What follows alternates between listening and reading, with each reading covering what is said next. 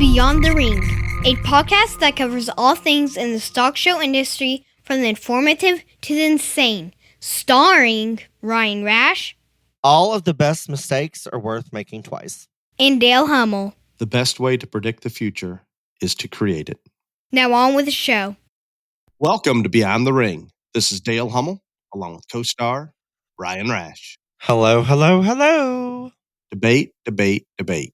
I am so sick of listening to you about the debate. Thank God it's tomorrow.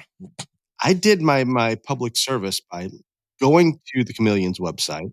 I listened to some liberal news this morning. And let's take a deep breath. It's painful, very painful. Thankfully, they don't have to do it now. Do you want me to tell you what she has on her website now? Not really, but I'm not going to be able to stop you. So No, you might as well no. just spit it out. I am hearing on ABC, I don't know, MS liberal, whatever crap I was listening to, all about how she's got all of her agenda and her policy issues up on her website. So I went to her website. There is little to nothing there.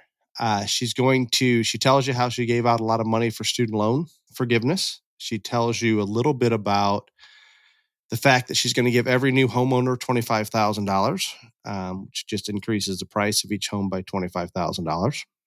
She tells us how she's going to make healthcare more affordable by expanding Obamacare. Ryan, do you know what Obamacare did to me? May I tell you that? Go right ahead. I went without insurance for probably a year. From this simple standpoint, it was near impossible to get for self-employed people to get insurance that was even remotely affordable. And she's going to expand on that to make it cheaper for everyone. I'm confused a little. It's a mess. There's nothing up there of any substance. It's continued. I will do all of these things, but she's not telling us how she's going to do them. So I don't know. I really don't know. You heard something about polls getting a little better. I know you love polls. This morning or yesterday, I don't know, at some point, New York Times, Post, Siena, whatever, somebody, the Democrat one. Anyway, poll came out, Trump's ahead in the national likely voters, whatever. I don't care about that as much. Is like the things in the poll I found interesting was like, do you believe that there should be major change? And it was like over 50% that yes, there should be major change. Does President Trump, is he going to enact major change? 55% yes. 23% said she would. So like if you looked at the in-depth part of the poll, it would seem like that Trump is fine. I'm going to say again, I am so sick of the debate, but the debate is going to be the thing that probably decides this election, in my opinion. Nobody knows who this bitch is, all this other stuff for the most part. And if Trump just gets up there and does policy like he did in the last one, I think it'll be perfectly fine. But we never know what's going to happen with him. So we'll see. I do not like the statement that nobody knows her. She has a record in the Senate. She has a record as a prosecutor. She was a part of this administration. We know where she stands on policy. One thing I got from liberal media that I loved, Bernie Sanders. Bernie came out. Love this. So he's in an interview with NBC, or I don't know who it was. So he's posed with the fact that the Chameleon has been in favor of Medicare for all, and she would like to ban fracking. And all of a sudden, she's flipped on those two. And they address Senator Sanders. Do you still believe Vice President Harris is as progressive as you? His response. He did. Yes, he believes. She's just trying to win the election.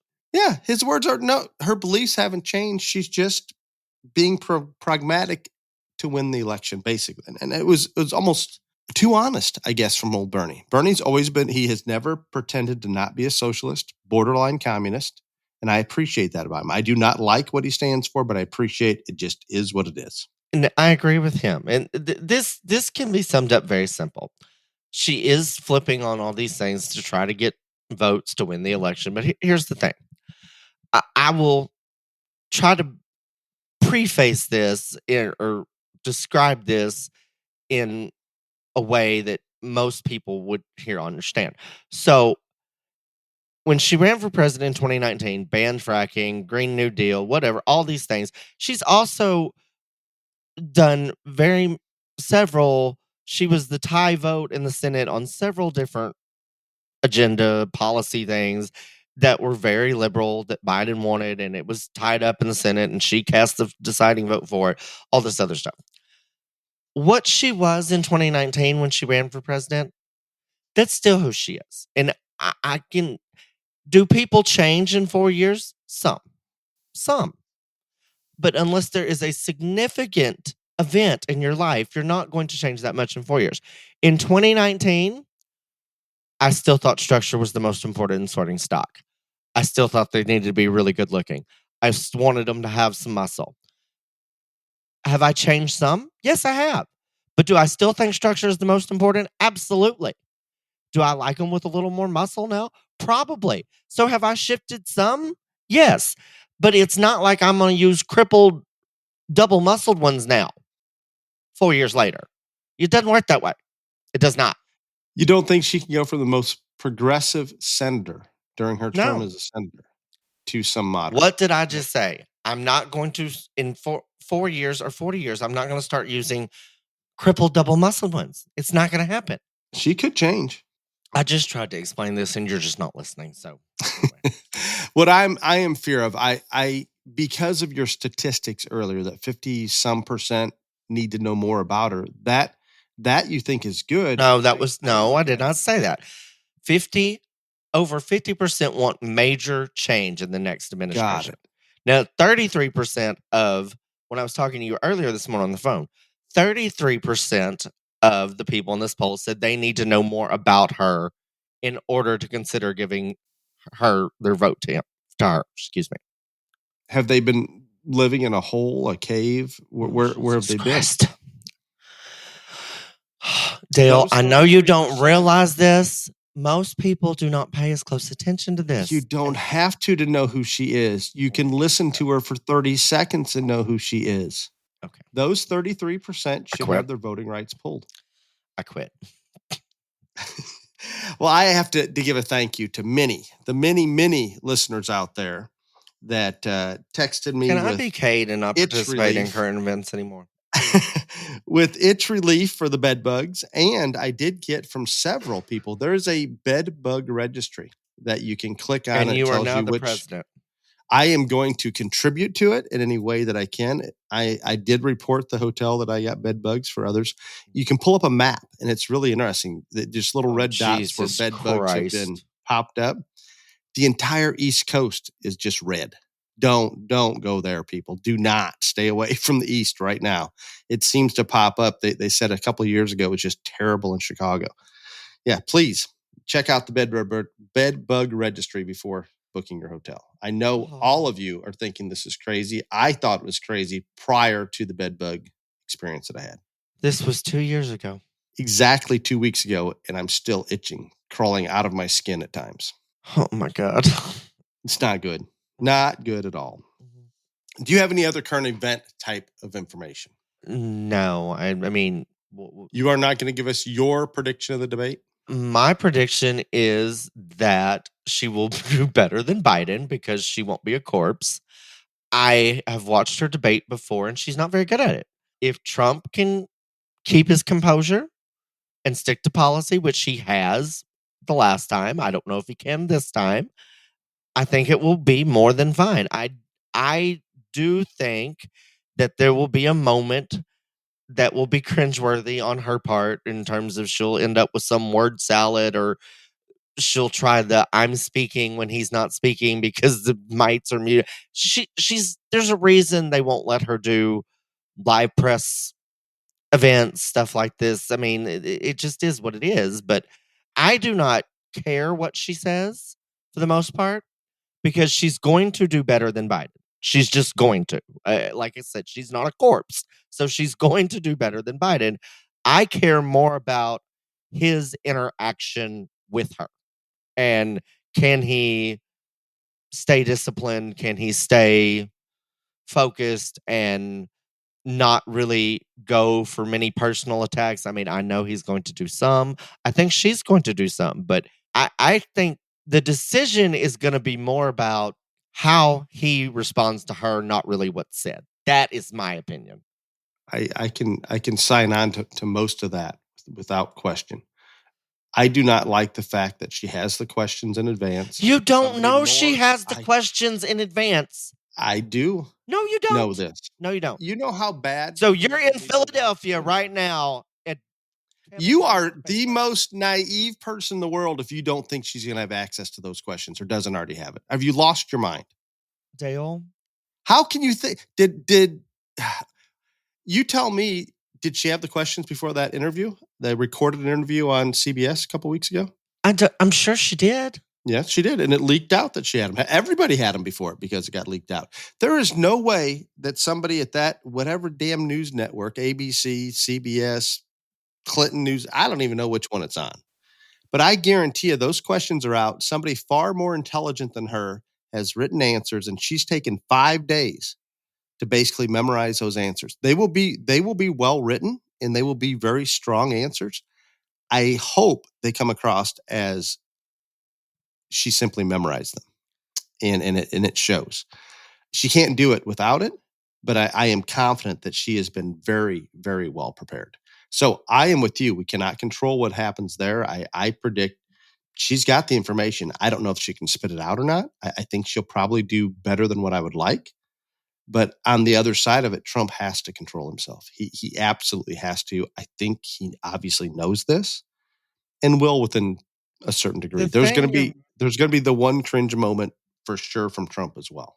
The thing you're missing is when she states this new policy or this rehearsed answer or whatever that you say, Trump gets the mic next. He has to come back and say, but in 2019, you tweeted out this, or in the 2019 debate, you said that you supported this.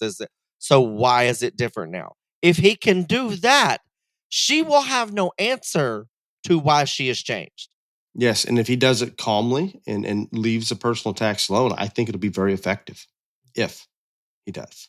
Okay, enough. Let's go to something BTR JLA news. Well, so you have me so whatever. Just pull up the why don't you do your Waterboy stuff and I'll be with you in a minute. It is time to recognize an industry leader that has recognized a problem and developed a fix. Showfresh H2O is all about the science involved in neutralizing the chlorine in city-treated water.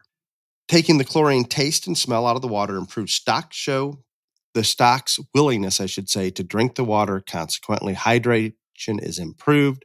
We have a much better experience. Showfresh H2O can be purchased at your local supply store, Show Supply Trailer, and at swampfox.com. Don't you feel better now? No, I don't. You don't. I would like to go on forever about hydration, water. I thought you did. The key. Okay. The key to success. Okay. Top 10 senior kettle. Tyler Poquette from Arizona is first. Caleb Hall of Idaho is second. Gus Hooper of Idaho is third. Kyle Taylor of Idaho is next, followed by Shelby Neeson of California. Lindsay Tyler of Mississippi, Tatum Poff of Ohio, Emma Graft of Ohio, Taylor Poff of Ohio, and rounding out at number 10 is Morgan Furman of Idaho. Congratulations. It is time. Back by popular demand. Thank God Cade's coming on here now. The trending series. During the sequence, we're going to have 4 of the major species covered, talking about trends, anything and everything about that species and in the show ring and what we predict the future to be. Today, more than ever in history, the show ring, there is no industry standard. The show ring can go any direction. There is not a base like maybe there once was, and there's lots of reasons for that, and we'll address some of those today. Ryan, I blame you in part for this, for zero base. Just it's different. We can do anything you want. If the sun doesn't come up tomorrow, you're going to blame me. So I'm not. In part, yes, not completely, but in part. So today we're honored to have back with us by popular demand my nephew Kade Hummel. And the fact that Ryan refuses to have very many guests on and approves of Kade is also in part. Cade's number one. Cade's number one. So Kade brings his own show ring experience as a junior, show industry experience together with being a dad with show kids currently and judging shows across the country. Hopefully this perspective can cover a lot of different areas and give perspective, I think, to many of our listeners out there. And the listeners have been asking for this trending episode again. I don't know, Ryan, it seems like we did it within the past year. Or Kate, do you remember last time you're on? I don't. It wasn't that long ago, but let's continue with it. Ryan, if you want to open it up, and Ryan and I are going to ask Kate questions, and I've had some questions obviously from listeners that I can throw in there, but Ryan, have at it. I think the reason that is popular and why it's been asked back is not only because everybody thinks that trends change year to year. I don't know if they change year to year, but I do think there is some change within show seasons, but maybe not as much as people think. But literally, a lot of people think, okay, so what's going to be important next year? It's going to be different, right? I'm like, not as much as you think, but I find it interesting that people think that it's going to change drastically from year to year. My question for Kade is, because this is the question I get asked the most, and I want to hear his answer because I want to see if it's any remotely close to my answer. And I get this question asked at every hog show I judge, but I think the most interesting thing is I get it asked by kids, I get it asked by parents, I get it asked by old people running county fairs. This is when is the hair nonsense going to be over in the hog world? And most of them don't say nonsense, but they're like, when is it not going to matter how hairy my hog is? And I want to hear Kate's answer because I know what mine has been, and so I'm dying to know. I don't know if I have an answer on when it is going to end. I know when it should end, or in my opinion, it should end. Is now. I think it's funny we highlight hair, and in my eyes and in my experience, hair is coarse hair that we want like this is a sign of unhealthy and old pigs. And I guess I don't really think that's something that we should be highlighting, but it is.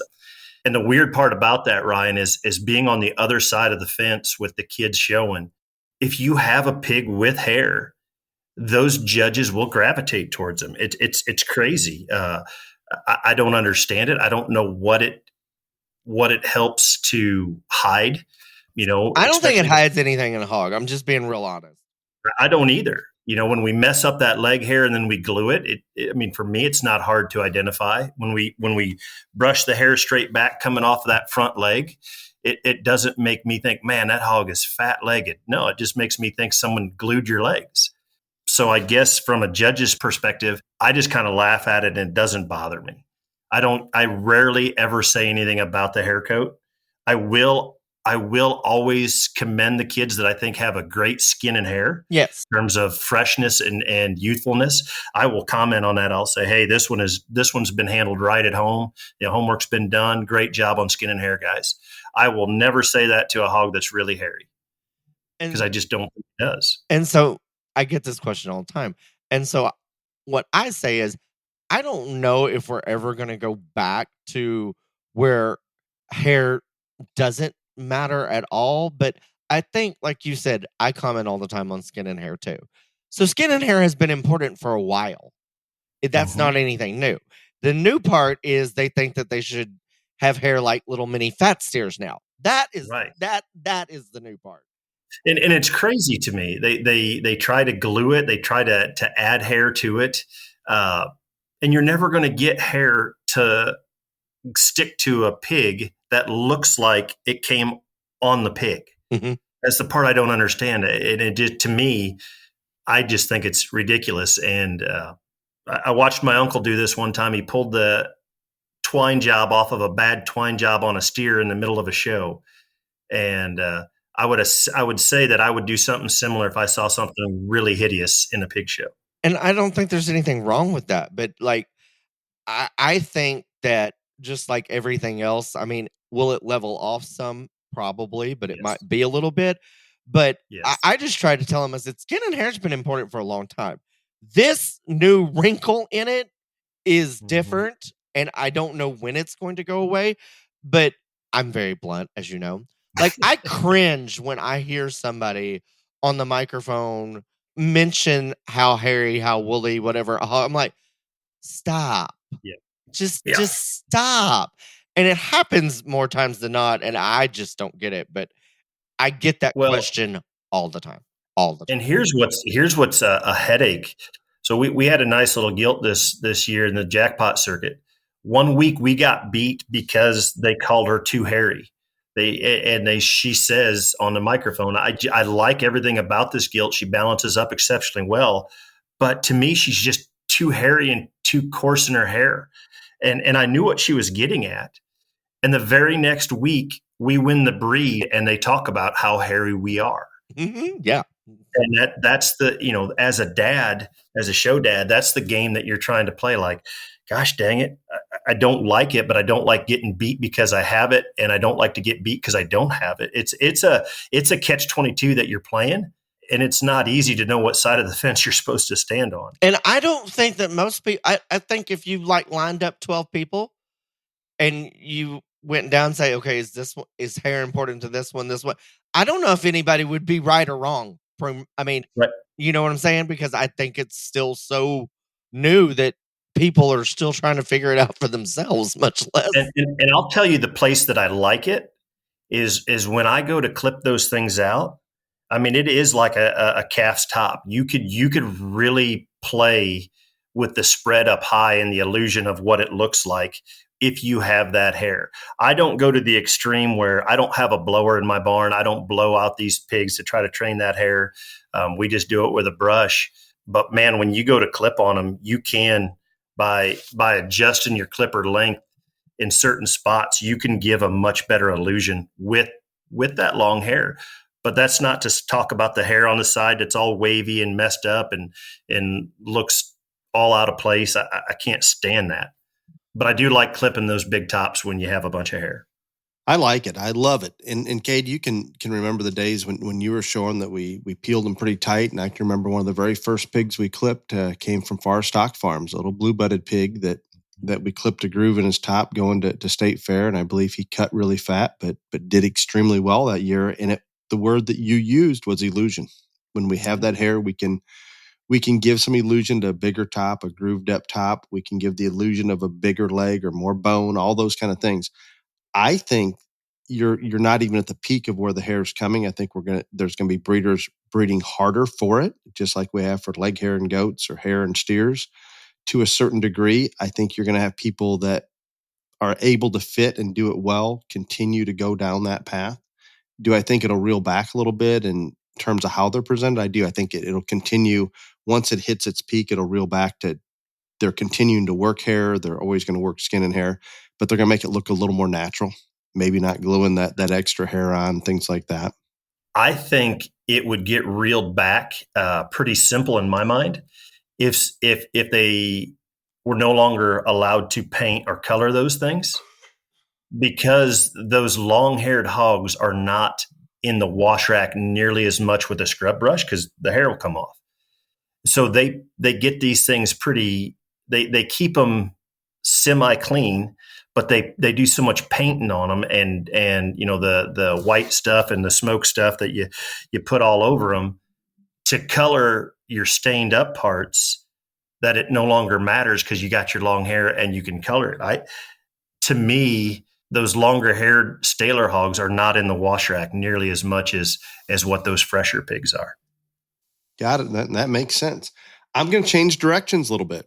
I've got a question, and I'm going to go right at where I have the most issues when I occasionally will sort a hog show or even watch a hog show. I'm still amazed with what's being considered and understand if you're in the trenches, you're breeding these things, you're showing these things, you're managing them, even as a show dad, whatever direction you want to look at it, we've accepted a lesser degree of soundness in terms of movement on feet and legs. And the way those front feet come at you is horrendous on most of the hogs. And if I see those hogs, Ryan, I'll use that show in Iowa, the one of those final drives or showdowns that we did, and they would come at us on concrete and then they'd hit the shavings. I would have been better off not looking at those hogs on concrete and just watch You would them in have the just shavings. been better off not saying anything. I would have.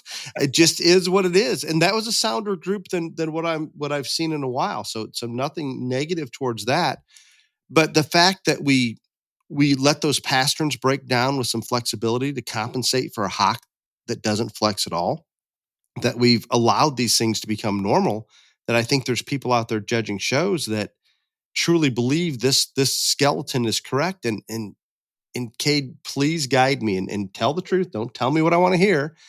My definition of soundness is just effortless movement. And it's very simple for me. If that hog can get out there and drive and is not fighting that showman, not tired, the joints are functioning.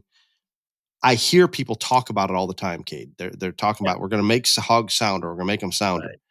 Are they truly going to make them sounder, or are we just going to continue to talk about it?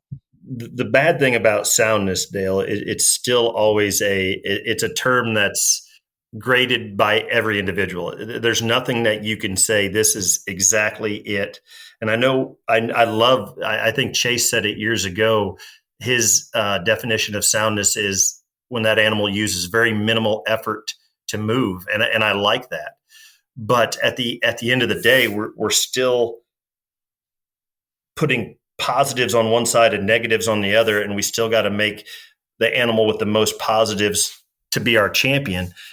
And I mean, I'm a big soundness fan, really big soundness fan. And there are times that if you don't want to use a pig that's devoid of muscle and just terrible everywhere else, that you'll have to give up some of it. And once you start, you let your guard down, it becomes easier for you to do over and over, especially if you are a fan of a monster chest, or if you have to have a monster backed. Well, they have to put so much electrolyte into them to get that back to pop the way it is. You're going to tie them up off of that rear leg. But if that back is all that you're seeing, Dale, I think a lot of them don't even realize that there's a hesitation off the front end or the rear end, because they see what they want to see in the positives. I don't think anybody goes out and grabs the microphone and says, I don't care about soundness. In the back of their mind, they all think they will like them sound. But when they find that one part of the animal, just like you in soundness, if they find what they like, they will gravitate towards it and they will stick to it. And the majority of the people judging, when it gets close, when it gets down to, like a close pair, they resort back to muscle. Almost every one that I've seen, they'll talk soundness, but they still go back to this one's just a little bit bigger topped, bigger chested, bigger hip, whatever you want to say. They don't put it on soundness because they still like the muscle more.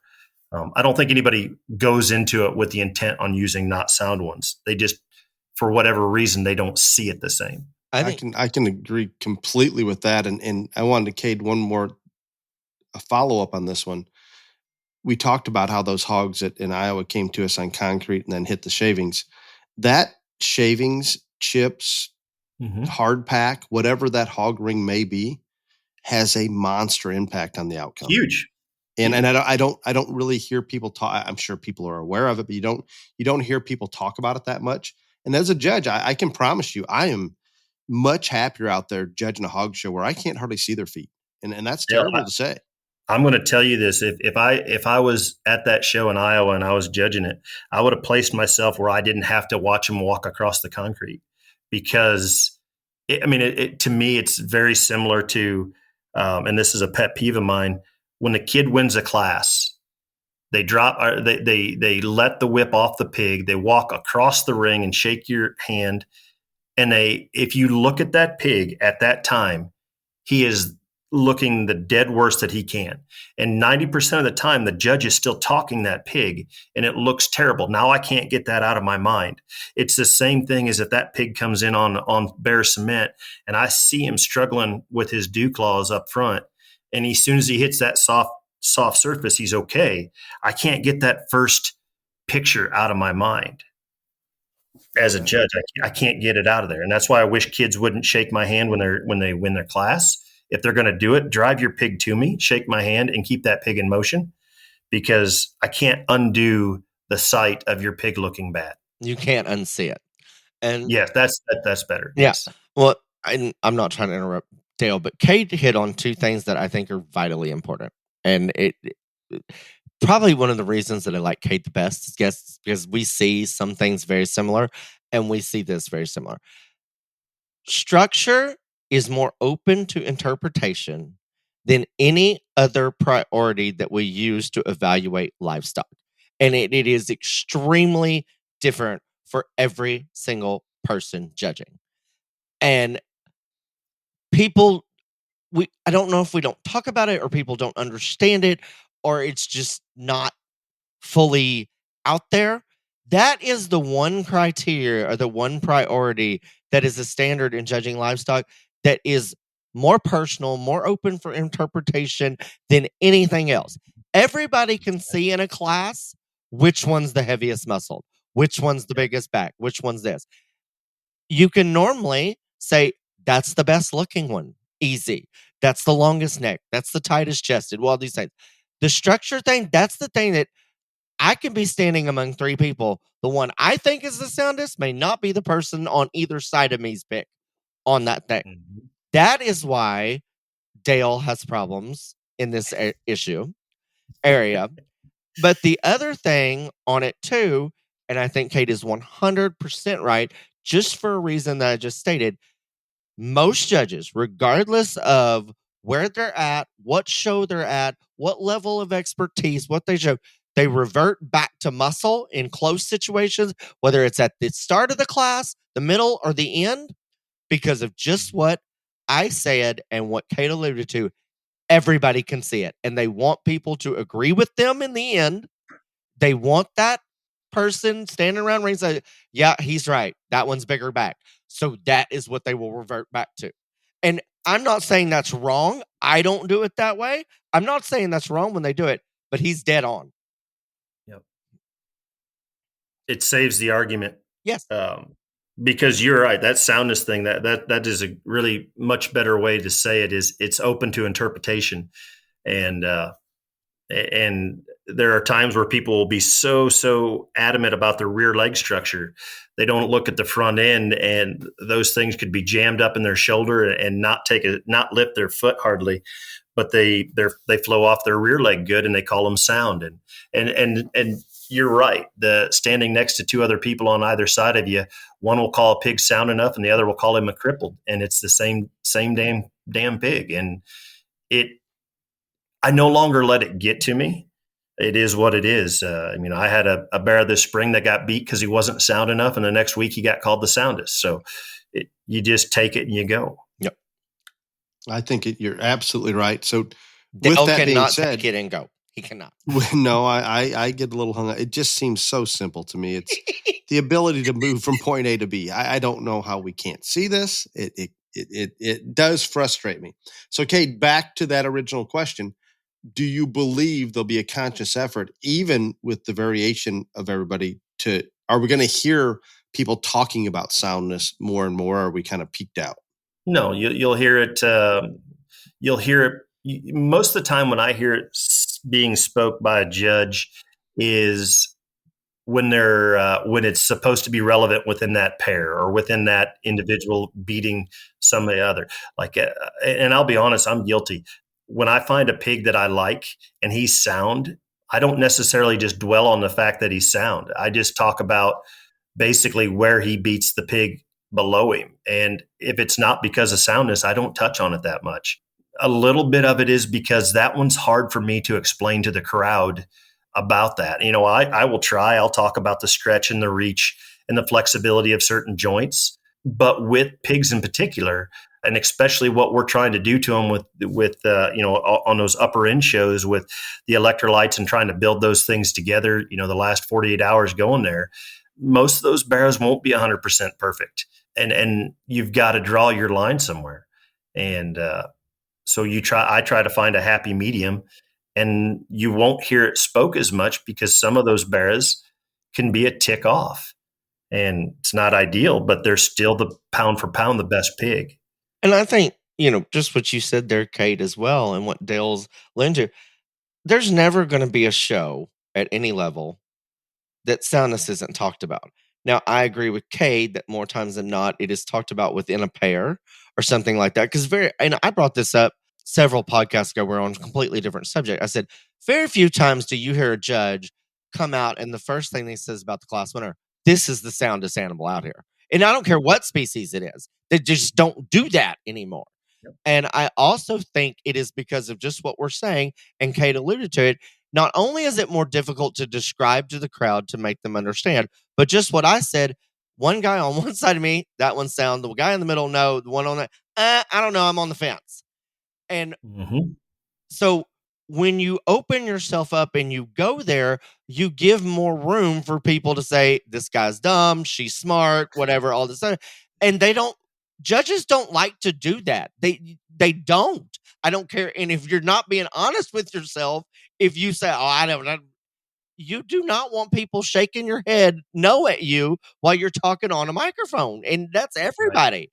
But that is why soundness is taught less and more, just as Kate said, more in pair situations, because it is harder to describe in terms that everybody there around ringside can understand. And also it is too open for interpretation. Absolutely. And that's the number one thing I hear, especially as a dad standing around ringside. When you have a lot of our jackpots are judged by younger kids, and that's great. And the number one thing that parents believe they get beat by is a cripple. They always say that. And I don't know if they listen to Dale too much where that's the term they use, but man, did you see that one that beat us? He is a cripple. He is a cripple. I mean, even though they don't openly analyze the pig that beat him or objectively analyze that pig, but that's the first thing that they say, because who's going to argue with them?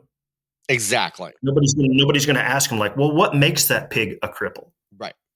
And that's every species. That's not one just reason pigs. people get beat. Yeah. But that is the one thing that when they leave the ring, that one that beat us is crippled. You hear it all the time. You hear it across species, not just in pigs. And in defense of some of the crippled pigs out there, the popular traits, the traits that you guys have both talked about, the big top, the ones that are easy to see from outside the ring and as a judge, some of those unique pieces that we're trying to put together does not lend itself to make those hogs move effortlessly with little effort. It just, we're going a lot of directions that Mother Nature says this is not how a pig was meant to be. And anytime we sway out of that, we're going to have to give up something. And to create that anomaly that has that blown open chest, that great big top and hip, and everything sets down right, and all those joints flex. There's not a perfect one out there, and I get it. It's interesting to me as we bounce from species to species, and right now in the goats, and we'll have a trending session on goats as well. We're going from some of the worst structured goats being used the past year or so, maybe the quickest or the hardest push I've ever seen the other direction of any species. And it was just a 180 turn like I've never seen before. But we'll talk about that. But it is interesting because it is so difficult to interpret. It is interpreted so differently by every single individual out there. So excellent discussion from both of you on that. Ryan, it's your turn. I think a question for Cade that I get a lot, and especially when this series was really popular last year, from a multitude of level of families, whether counties, whatever, all the way up.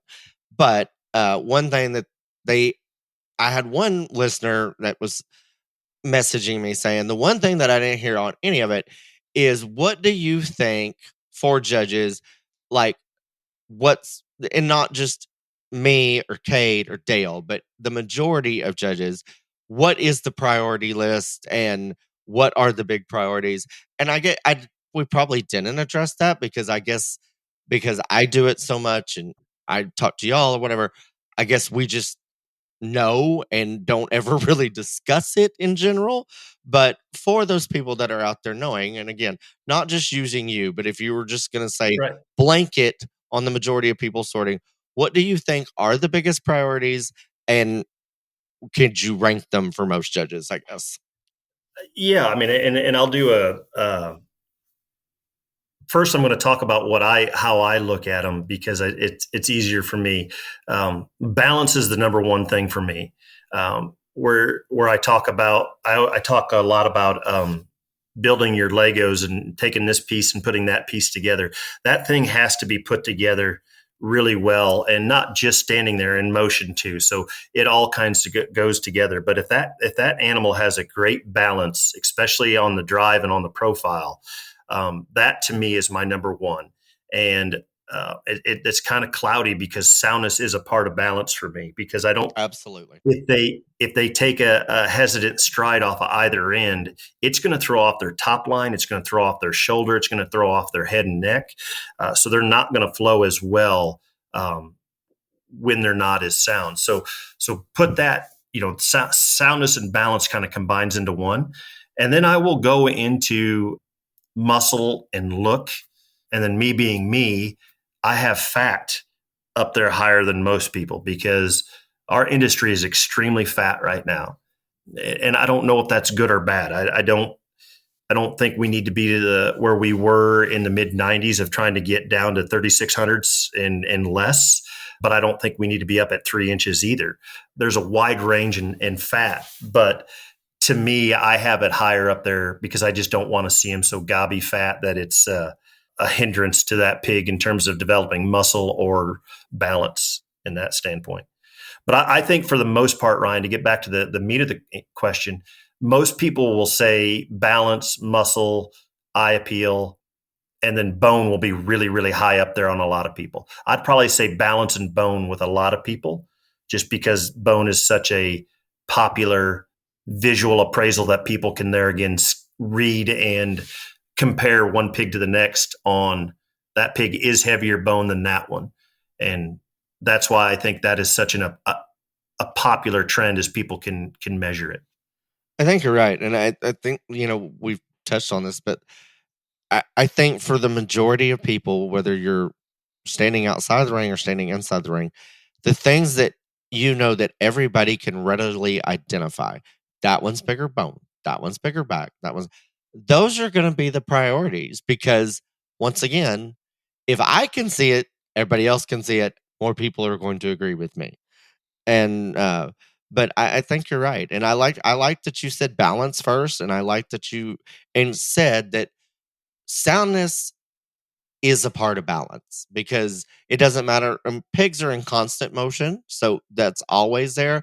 But when a goat, a sheep, or a calf walks in, they come in walking first. And that's the first look you're going to get.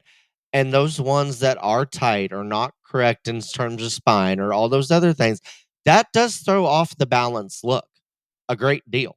And I love the fact that you not only said balance was your biggest priority, but also how you explain that soundness is a part of that. Yeah. There's a term that I'll touch on here that I think is not quite as misunderstood as soundness, but I think it's right up there, is rib. We talk deep-sided hogs as big ribbed. And to me, I just call it deep bodied. I don't ever call it deep rib or big ribbed. I talk rib as curvature of the animal's rib cage, not depth of the curve of that animal's rib cage. And I watch it and I see it in my mind, in my opinion, misused so often throughout a year of, this hog being big ribbed and just so much internal capacity. And I don't agree with it. I think there's a lot of depth to the pigs at times, but not as much true rib shape. I think we do have a lot of flat sided pigs. They get called big ribbed. So that's a term that kind of gets under my skin when I hear it used wrong. Oh yeah. Because not just, I think you're right on in pigs, but you can have a lot of deep bodied anything that are still very flat ribbed and narrow built. Yeah, and so it won't get described that way. No, they think, I'm with you 100%, but yeah, it bothers me too. And Dale tells me to shut up. So, okay. I love that discussion, even the rib one, Kade, and I need to discuss this further with you at some point. And I'm with you. I love to see that width and curvature and what we talk about as round rib livestock across species. I do think in pigs particular, and I see it in goats a little bit, that a lot of what we believe we're seeing in terms of curvature to rib is sometimes fat that's been well manipulated. Just like what the next question I have for you is, these monster tops that we're seeing in these hogs. I mean, absolute monster tops. How big do we need to go with that? And I know you talk about balance and so forth, but it seems like we continue to breed or feed, manage all of the above to make these tops so big. Mm-hmm. And you and I have had a discussion about this, and part of the way to do that without tying them up completely on their feet and legs, that we physically can't make a loin eye as big as what we see these tops are and expect those hogs to function. Mm-hmm. So in essence, we're putting on fat and shaping it to look like the illusion with hair and the way the fat's deposit on there to look like a big muscular top. Where are we with that? Where are we a year from now with that? Do we continue down that trend? Yeah, I don't think that trend's going to go away because that's something that's there, very identifiable. When we see when a barrel walks underneath you or walks underneath people, and they see, that thing can hold water as it walks down past you. I mean, you're in awe. I mean, not only as a judge, but as a person that's putting those things together in the back of the barn. I mean, it's impressive to watch, but I think is misunderstood is a lot of those things have been fed so differently that it would blow your mind of what they try, and some of them get them so fat and then burn them back, but that width is still there, and they can inflate that width with whether it be Paline, whether it be electrolytes, whether it be whatever. They can bring that back to its full potential. So what I call relatively quick. It's amazing. That's why if you ever want to get depressed in this world, watch a pig be named champion that you like, and go look that pig up 48 hours later. And watch the air come out of the, not air as in pumping the pig, but watch that thing deflate because everything is wore off. And I don't have anything against it. I don't care. To me, hats off to the people that put them together to get them ready for the 12 o'clock show period, because they don't look the same. And that's where you can really see what they have done. And it is a game. It is a true game. And the people that are good at it, they're absolute masters of it. Of being able to put that back in them, that spread from that shoulder back to the hip with that huge ditch and still be 285 is amazing. What you've seen with that, Dale, when I showed, if you were going to have a back like that, you had to have a monstrous hip. I mean, you were going to have a Warren Beeler hip. But today, you don't have to. It is going to be a really, really big back and just above average butt. And that's kind of what I think is unique. That's how they can keep those rear legs under them, is they don't have near the mass just hanging off of that pig skeleton as they once did. It's all in their top.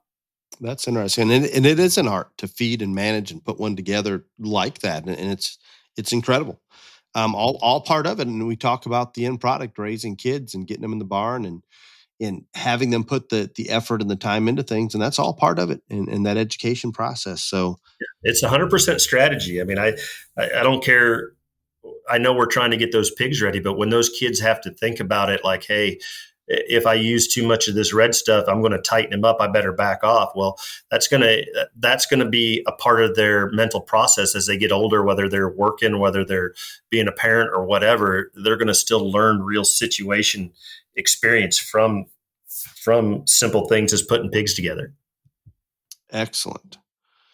Ryan, do you have any more questions? No, I do have one other question, but on what y'all were just talking about right there, I think that Kate is absolutely cruel to tell people to go do that, to go look at 148 hours after, because I have seen them, and it is the most amazing, isn't it? It is the most disheartening. It's every species. It is because at Texas majors, not all of them show at the same time, but they're all at sale together or they're all on display, whatever.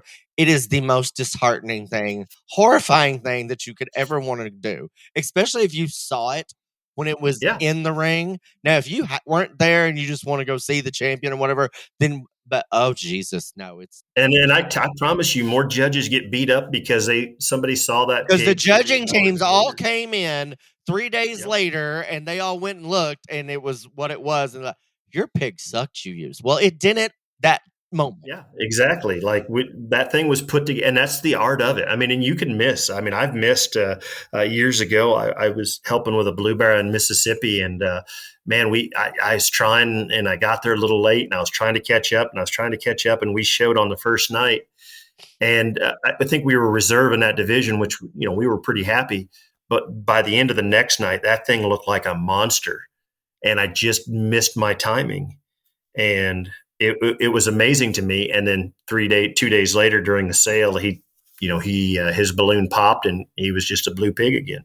Yeah. But it is really amazing how that happens. Oh yeah, no, it's crazy. But do not do that unless you just really want to like be depressed. Because Yeah, I say it to tell people not to hold it against the judges that it wasn't fair because they didn't see them out there in their prime. The only other question I have for Kate on this little trending episode series is, so last year, I think when we did this, Dale asked everybody, "What do you think the next trend's going to be?" All this other stuff. None of us have a crystal ball, so I'm not going to ask anybody that bullshit because I just don't believe in it. What I will ask, and what I will try to remember ask everybody, again, I'm partial to Cade, so I want him to answer this. If you could pick a trend that would be the new thing, what would you pick? It's silly that I think about this, but it's a little bit of balance, Ryan, because I think a lot of times we get these hogs too small, too short. I want to see them pretty fronted and tall fronted at the same time with everything else. And that's what I've always loved. That's what I've always liked is a tall, pretty hog with a lot of everything that you can have. If I could trend that way, I would. I don't judge enough volume of shows to impact the trends. But that's what I would love to see is bring them back, the pretty fronted. I'm not saying the little weasel headed ones, they could be stout, but just the pretty head and neck, big chest, taller barrel that still has everything. Amen. And it's impossible to put that together because to make a big hog thick all the way to the ground is impossible. I love it. That's what I'd like. So, Gate, I've noticed whether I'm on my phone or looking at sales or the few hog shows that I do watch, they are talking about getting these necks jerked up and maybe having that where that neck comes out of the shoulder a couple inches higher than where the chest floor is, and it appears as though that has been a direction that a lot of judges are going. As we talked about in the very beginning, or I made a comment about this, kind of picked on Ryan a little bit. There is no absolute base like there used to be. It used to be the industry would somewhat guide the show ring, and sometimes the show ring would even have an impact on the commercial industry. And right now in the hog world, that does not happen either direction. Can we agree on that? There is zero is where I'd put that. At one time, absolutely, the commercial guys would try to learn from the show ring, even though they were misguided many times because of the show ring. But there is no absolute foundation or absolute base. So my final question is, and to kind of summarize it, two parts. One, I would like you to tell me when there is no commercial base, there is no absolute footing to set yourself in to say, okay, here's our groundwork. Let's tweak one way or the other just a little bit in the show ring. What sets the trend? And secondly, give us your best prediction just in a very general summary where you believe it is in general and where it's going. To be real honest with you, the people that are setting the trends, the ones that are making these swings are who I'm going to call our influencers in the industry. Those people that have been tapped to judge, and Ryan can agree with me, I think, on this. Like a lot of times in the swine industry, especially, we'll select a judge, and I've been a part of it, and then all of a sudden they get ran through everywhere. They all of a sudden they're judging a lot of the big shows, and those breeders will then, okay, I'm going to show to Cade. I need to sell pigs that are going to go to Cade. We know we need to be a little bit prettier, a little bit taller, and a little bit better balanced. And they start trying to make that. Well, when these judges get out there and they're being used a lot, people are gravitating towards what they like, and that's what they put on feed. So consequently, everywhere else that those people show, that's the kind of livestock that they take in front of those judges. And at the smaller shows, those pigs will still win, whether that judge wants to or not. They're just better than the other ones there. So it just kind of flows into the next one from those people that are judging a lot of the big shows. Their kind will represent what the future is going to be. 100% accurate.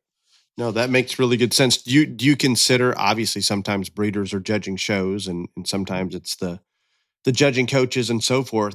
Do you believe in that trending that breeders that are having, I guess, substantial breeders that have influence in the industry that may or may not be judging, but have close associates that are judging, are they influencing what direction it goes? Very much so. And I think it's healthy because, back years and years and years ago, before I was in the swine registry, and maybe even before I was alive, they used to have those type conference discussions on where the pig industry needed to go or the purebred industry needed to go. We don't have that anymore, but what we do have are these gatherings at the pig shows and the pig sales. And a lot of times at night and after the show, in between the gilts and the bears or something, those breeders and those influencers are together discussing the good, bad, and indifferent, and saying, "Hey, man, I like that one, but man, I'd sure like him being prettier fronted or prettier headed." And that may resonate with the guy that's going to judge the next show that happens to be in that circle. It's not done intentionally. It's not done to try to influence that next judge. It's just food for thought that they're throwing out there together, and healthy discussion on what do you think of that pig and what do you think of this pig. Not after every show, not everybody's always mad. There's a lot of time healthy discussion for hours on ends on the telephone and in the barns about where we need to go and what we need to do. And it's those breeders and judges.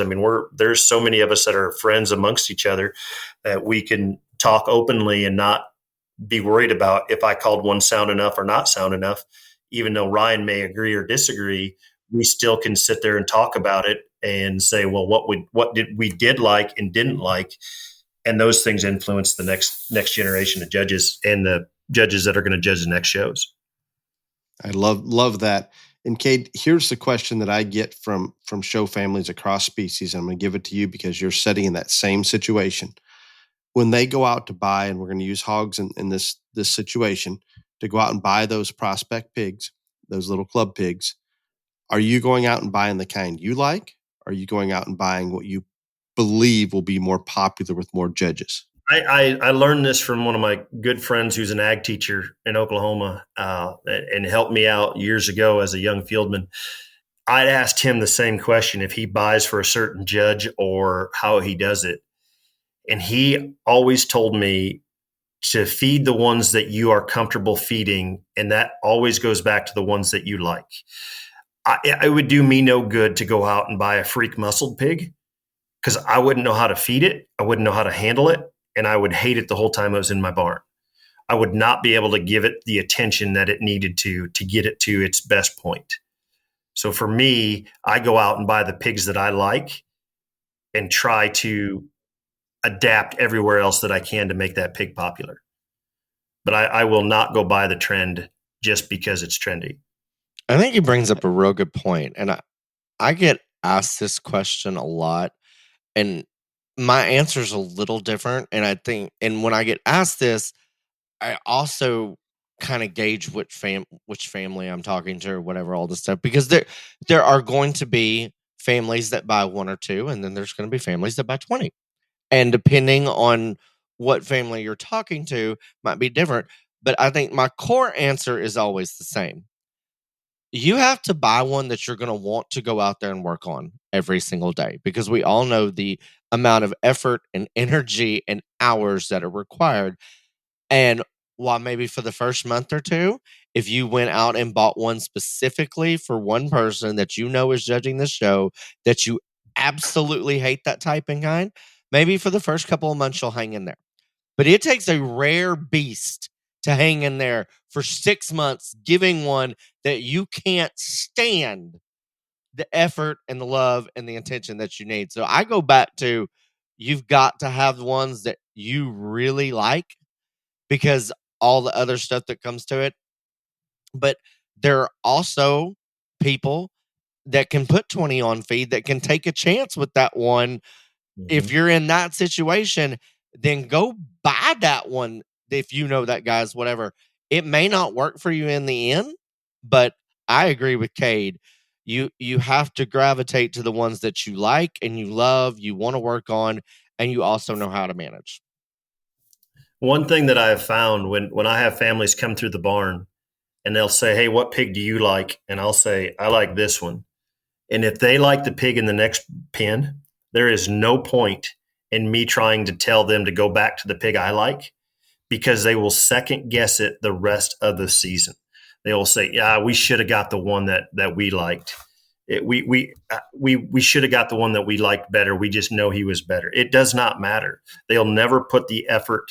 They won't put 100% of the effort into the pig that I told them to pick because it wasn't their pick. Agreed. Love it. Lots to it.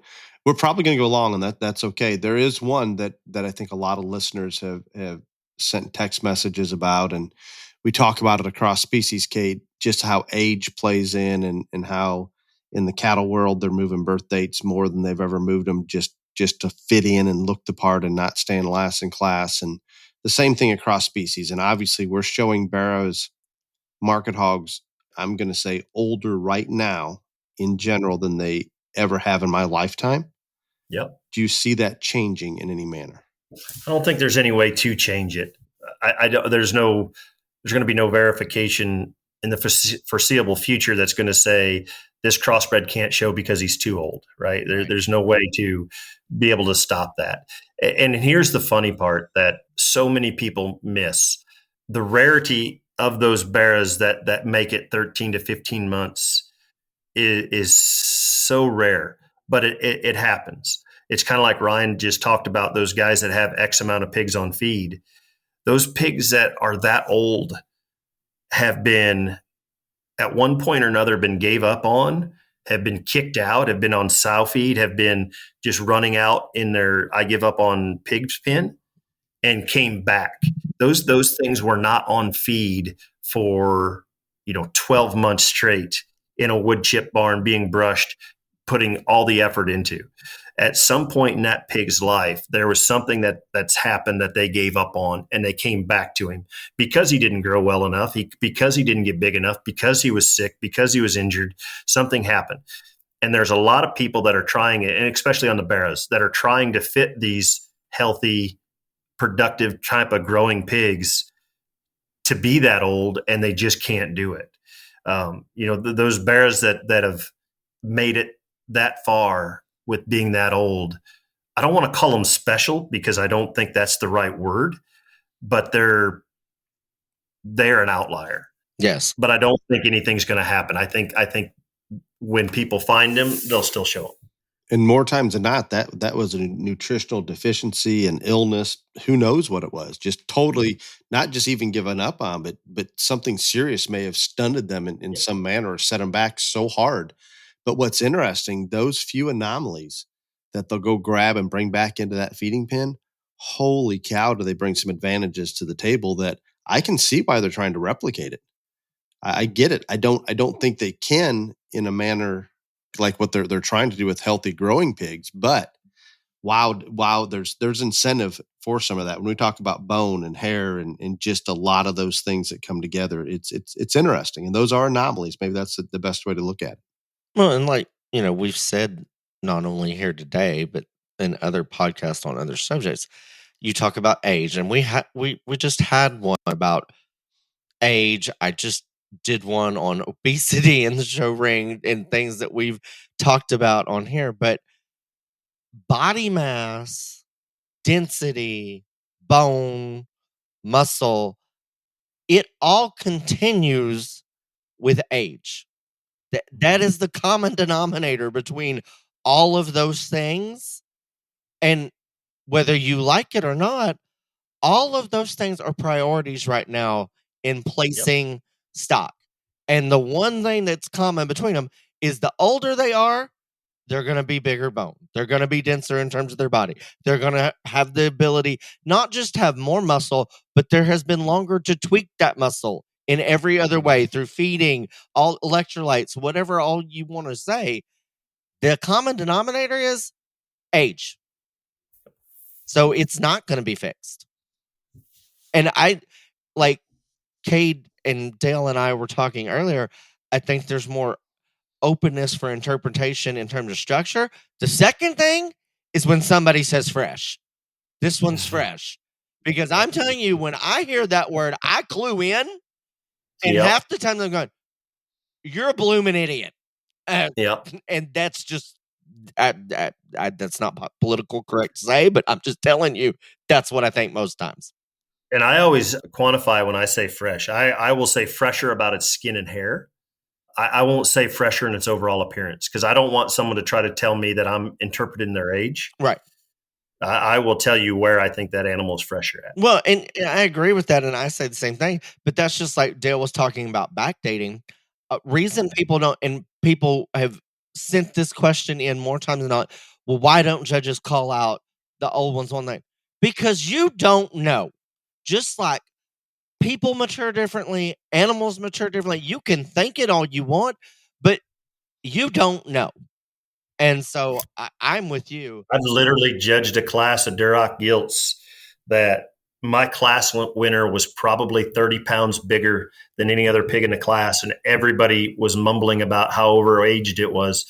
But it came to find out that its littermate sister was probably 30 pounds lighter than the next pig in that class and was dead last. Yep. It just you do have outliers that can grow and can perform. Right. If I would have called that pig a outlier for being too overaged and then figured out later that its sister was terrible small, I'd have felt terrible that I beat a kid that deserved to get beat. No, I completely agree. But that's just how it is. And so I don't, just to follow up on what Dale asked you that question, I don't think it's going anywhere. I don't, because I don't. Nope. No, and I think a lot of people ask that question, and there is no mechanism for it to be regulated, nor it just can't be done, and it is what it is. So I think we better get used to it. I don't see it changing dramatically for a very long time. With that, we're going to move into question and answer, and Ryan's going to give us a BTR JLA sponsor. But before we do that, Kate, I would like you to stick around for question and answer. There is one question. It's a trick, Kate. It's a trick. Don't do it. That means there's one less for you, Ryan. Let's look at the positive here. I like Kate. I'm not that mean to him. But Kate, before we move on to that, anything you want to say in summary? It doesn't have to be trend. You go any direction you want, but please give us your final analyzation of what's going on with trends in the show pig industry. Yeah, I think the trends are not going to be a drastic swing anytime soon. I think where we're at is pretty comfortable for not only the breeders, but a lot of the judges to identify some of the things that they like. The one trend that I wish would go away, and I full-heartedly mean this, is the shaking of my hand during the class. You cannot tell me that it's sincere. You can't tell me that it's anything but somebody outside of the ring telling you to do that. Because these kids put so much time and effort into these animals.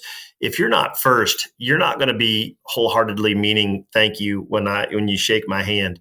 I think, in my opinion, that should be saved for at the end of the show when you make that connection with a judge saying, hey, thanks for coming to judge our show. I remember years standing 3 deep in line to shake Dave Kilmer's hand for coming to judge a show that I judged or showed at. And I just think I got a chance to meet Dave. I got the chance to look him in the eye and build a relationship with him after that. But just half-heartedly shaking my hand, letting your pig's head go to the ground, it drives me crazy. I wish it would go away. And I think we could take that across species. And Ryan, you and I have talked about it. And I know Dr. Greiner is very opposed to it when he's talking the stock, and they come over to shake. And not that we don't appreciate that the exhibitors are trying to show respect, but just as Kade said, I think from my standpoint, and most kids are told to come shake your hand. I'm with Kade 100% in this. I'd prefer they didn't. And I understand sometimes they're going to pack up and go before they get a chance to talk to them afterwards.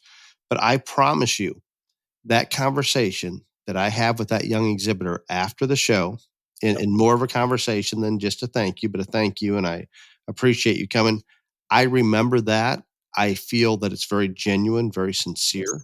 Just like when we give a thank you at the end of a set of reasons, it's very formal. It's not genuine. It's not sincere. And I used to tell students, do whatever you can to try to make it more so, but it's probably not going to work.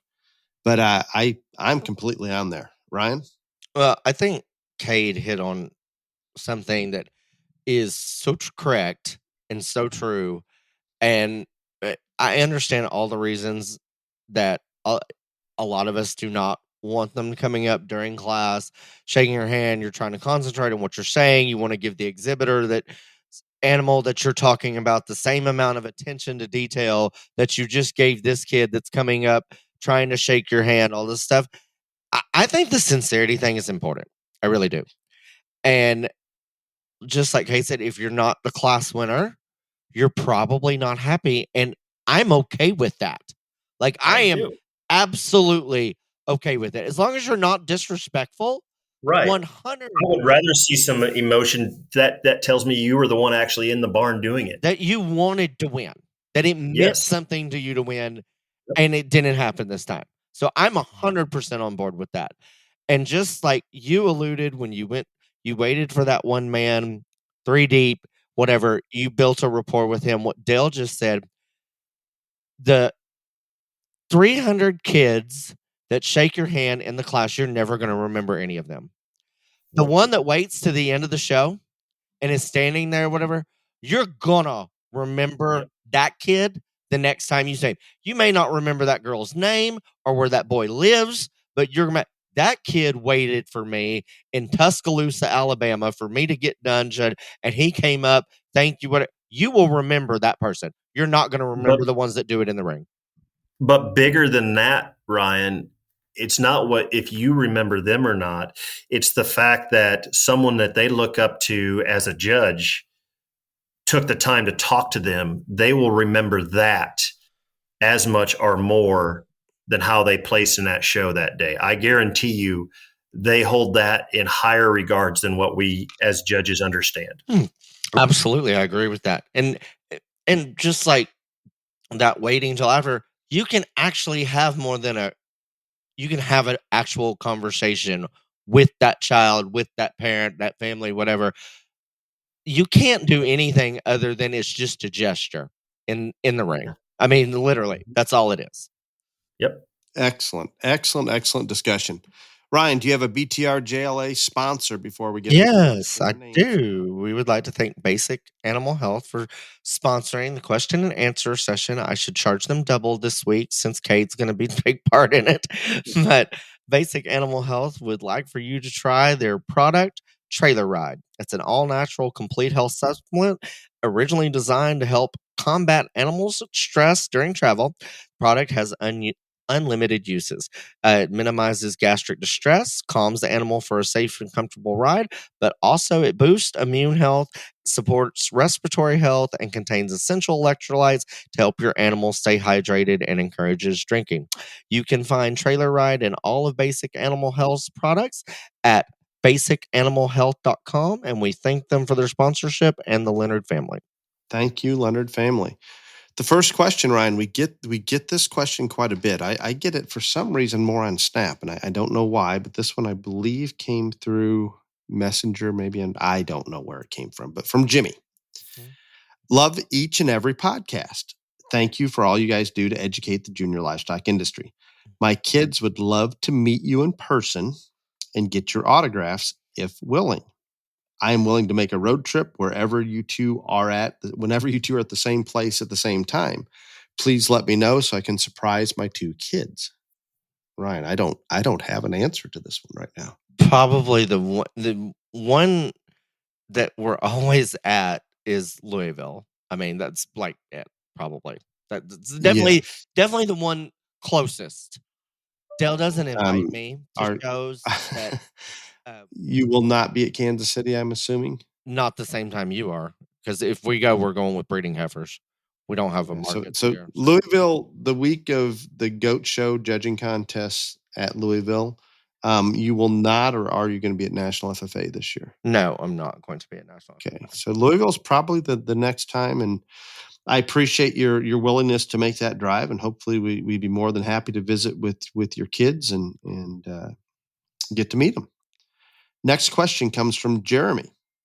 My wife and I just took over as 4-H club leaders in our county. We're trying to learn more and update our practices. The judge from our county fair told us that we were about 15 years out of date at our last fair. I'm looking for a good resource that I can trust to learn how to show and fit a goat.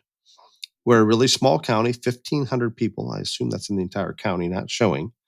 And since our show is the end of summer, none of our kids go on to show at the state fair, which takes place the same week as our county fair. Where do we go for this information? How to fit a goat? I guess it sounds like they're just not up to date. Maybe they're leaving balls on the tail, and I don't know. A lot of these feed companies and even these breeders now will hold some sort of show clinic.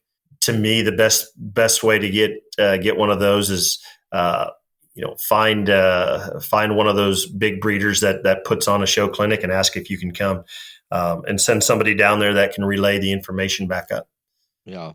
And That works. there's also, I know Dale hates TikTok, but there are things on TikTok, Google, whatever, you can search goat fitting clipping. There are camps and stuff like that, all of those things. But I think Kate's point, a lot of those feed companies put on things. And also, even though this person says they don't go to their state fair or they don't participate, almost every state fair, Sullivan's puts on some type of grooming clinic for the majority of the species. So if you can't attend your state fair that's at the same time as your county, maybe you could get to one nearby. So Agreed. And there are, and especially in the goat side, there's fitting clinics out there that are 1 or 2 day clinics. There are resources. So get online. I suggest Chat GPT. Dale does not like Google. He only likes DuckDuckGo or Chat GPT, who is Correct. Dale's only friend. That Anti-Google. Chat GPT, the reason he likes that is because that's the only person that'll talk to Dale. And they talk to me day or night. They don't mind. They develop all of our latest graphics. Sometimes the spelling's wrong in them, but they try. The final question is, you're off the hook, Ryan, is for Kade. And Kade, I am the one that came up with this from the standpoint that I had a lot of comments. You had judged a local show here where you grew up, and this is a long ways from your home. And this was not a very large show, but I probably had more text about that than, say, any of the majors or national shows that you'd ever judged from parents and exhibitors. So, Kade, can you compare and contrast one of the smaller shows you've judged versus one of the largest shows and give a little insight on your approach to each? Yeah, that show that I got to judge was actually on my bucket list of shows to judge. That's the first place that I was ever named champion of any animal, and in my opinion, a great man by the name of Stan Tarr was the one who named me champion. And so I had a lot of memories from that particular event, and that's why it was always on my bucket list to go back and do. But honestly, every show that I go into with the same mentality that I picture every kid that comes to the ring as my daughter out in the barn working. That I hope she never gets overlooked because of the way the pig entered the ring. If it took off running instantly, I hope no judge ever overlooks it because of that. And I make dang sure that I study every animal and I try to make some sort of connection with every kid, no matter where I'm at the size and scope. The first year I ever judged Houston with Dr. Schwab, him and I, we spoke to every single kid that came in the ring. It wasn't long. We didn't hold up the show. We didn't make it hours and hours longer. It was just something simple that we would say to them that made them feel like they were noticed and that we considered their animal at the highest degree. And I do that at every level that I go to, whether it be a small jackpot or a small county fair, just to let those kids know that I'm approachable, that if there's something that they want to ask me, they can sure ask me. And I find it even more fun when I see a individual throughout the day, several times a day. We can actually have a conversation about something that we've been kind of jawing back and forth about the whole time. And it just lightens the situation up where it's not so serious and that they can have some fun with it while they still do it. And the other thing I do is I don't ever want there to be a question of who the judge is.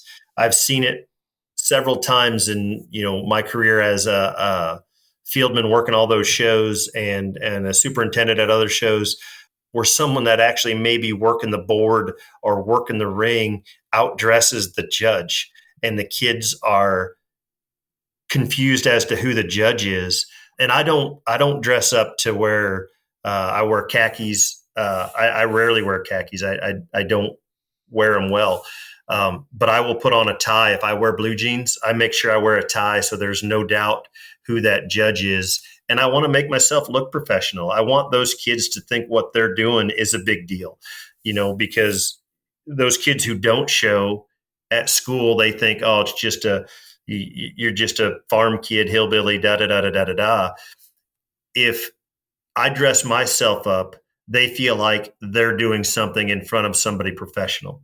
And if I hold myself in a professional manner and I talk on the microphone in a professional manner, and I still relate to those kids on a relatable level, that they will take a very positive experience from that going home. Even the kids that get beat are still proud to get beat because we made some sort of connection.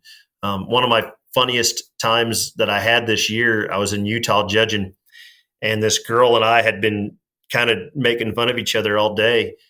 And she came in showmanship, and her pig was really, really shined up. They put all kinds of oil on it. And I said, man, could you get this thing any more shiny? And she looked right at me and she said, I was trying to get it to be shinier than your head. And I laughed. I physically laughed and thought it was awesome that she came back with that wit. And I knew right then that girl would remember that jackpot show for years to come. Not because she did well or did bad, but because she was able to interact with the judge during that day. So that's what I try to instill every show that I go to. Absolutely love it, Kade. Well, sure appreciate you coming on here and taking the time out of your day to do so, and can't thank you enough for that. Very proud of the approach you've taken in terms of sorting these shows and what you're doing as a show dad out there with your kids. So appreciate it at every level. Well, I appreciate y'all having me. Until next week, listeners out there, be safe. Y'all come back now, you hear?